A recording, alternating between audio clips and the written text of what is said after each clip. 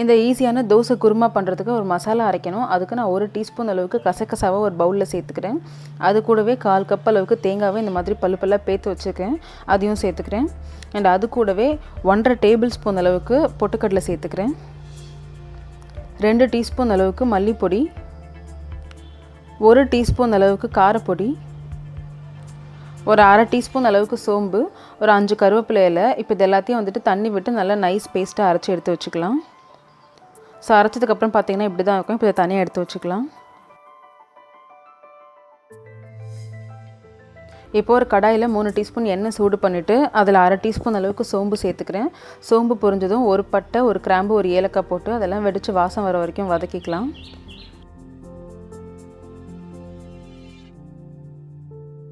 இதெல்லாம் நல்லா பொரிஞ்சதுக்கப்புறமா ஒரு பெரிய வெங்காயத்தை நான் மெலிசாக கட் பண்ணி வச்சுருக்கேன், அதை சேர்த்துட்டு அது கொஞ்சம் சாஃப்ட் ஆகுற வரைக்கும் வதக்கிக்கலாம். நல்லா வதக்கினதுக்கப்புறமா ஒரு கொத்து கருவேப்பிலை, 1 டீஸ்பூன் அளவுக்கு இஞ்சி பூண்டு பேஸ்ட் சேர்த்து அதோட பச்சை வாசனை போகிற வரைக்கும் நல்லா வதக்கிக்கலாம்.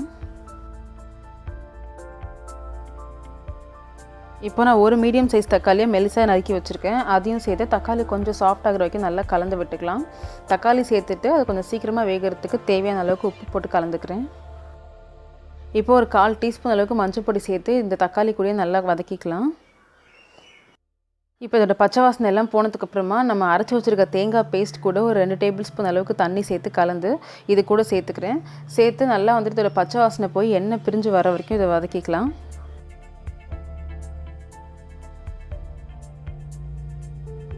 ஸோ இப்போ தேங்காய் மசாலாவோட பச்சை வாசனைலாம் போய் எண்ணெய் நல்லா பிரிஞ்சு கலர் சேஞ்ச் ஆகிடுச்சு.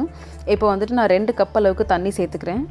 தண்ணி சேர்த்துட்டு ஒரு 5 நிமிஷத்துக்கு வந்துட்டு மீடியம்லேருந்து ஹை ஃப்ளேமில் நல்லா இதை கொதிக்க வச்சுக்கலாம்.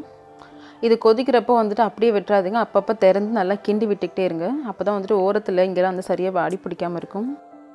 5 நிமிஷம் குருமா நல்லா கொதிச்சதுக்கப்புறமா பச்சை வாசனெல்லாம் போய் எண்ணெய் மேலே வந்து மிதக்க ஆரம்பிக்கும். அந்த ஸ்டேஜில் நான் ஒரு பெரிய உருளைக்கிழங்கை வேக வச்சு வச்சுருக்கேன், அதை அப்படியே அப்படி கையாலே வந்துட்டு நல்லா உதிர்த்து விட்டுக்கிறேன். உதிர்த்து விட்டதுக்கப்புறமா நல்லா இதை கலந்து விட்டு இதை ஒரு 3 நிமிஷத்துக்கு நல்லா கொதிக்க வச்சுக்கலாம்.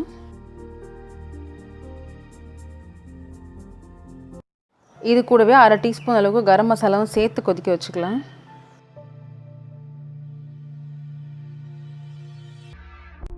கடைசியாக 3 நிமிஷத்துக்கு நல்லா கொதிச்சதுக்கப்புறமா வந்துட்டு கொத்தமல்லி இலையை பொடியாக நறுக்கி போட்டு கலந்து விட்டு அடுப்பை ஆஃப் பண்ணிவிடுங்க. அவ்வளோதான், ரொம்பவே ஈஸியான ஹோட்டல் கடையில் செய்கிற மாதிரியான ஒரு தோசை குருமா ரெடி. இது வந்து நீங்கள் ஒரு 10 நிமிஷத்துக்குள்ளேயே செஞ்சிடலாம். நீங்கள் இந்த தாளிப்பு போட்டு வதக்கிறதுக்குள்ளேயே உங்களுக்கு உருளைக்கிழங்கு வெந்துடும். ஏன்னா நீங்கள் உருளைக்கிழங்கு கடைசியாக தான் சேர்க்க போகிறீங்க. ஸோ ரொம்பவே ஈஸியாக ரொம்பவே குயிக்காக செஞ்சிடலாம். ஹோட்டல் கடையில் நைட் டைமில் பார்த்தீங்கன்னா தோசைக்கு வந்து இந்த குருமா தான் கொடுப்பாங்க, ரொம்பவே நல்லாயிருக்கும். ஸோ கண்டிப்பாக ட்ரை பண்ணி பாருங்கள். தேங்க்ஸ் ஃபார் வாட்சிங்.